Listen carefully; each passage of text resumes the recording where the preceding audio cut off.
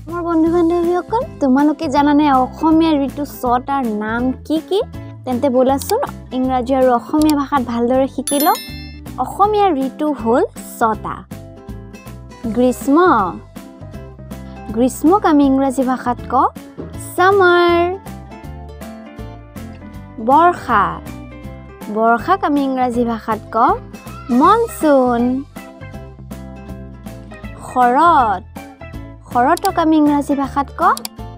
অটমন হেমন্ত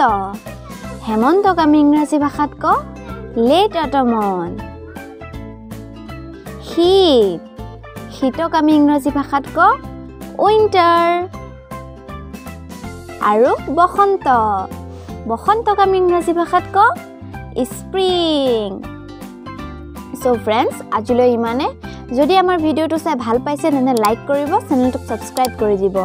আকৌ আহিম এটা নতুন ভিডিও লৈ এটা নতুন বিষয়ৰ লগত তেতিয়ালৈ ধন্যবাদ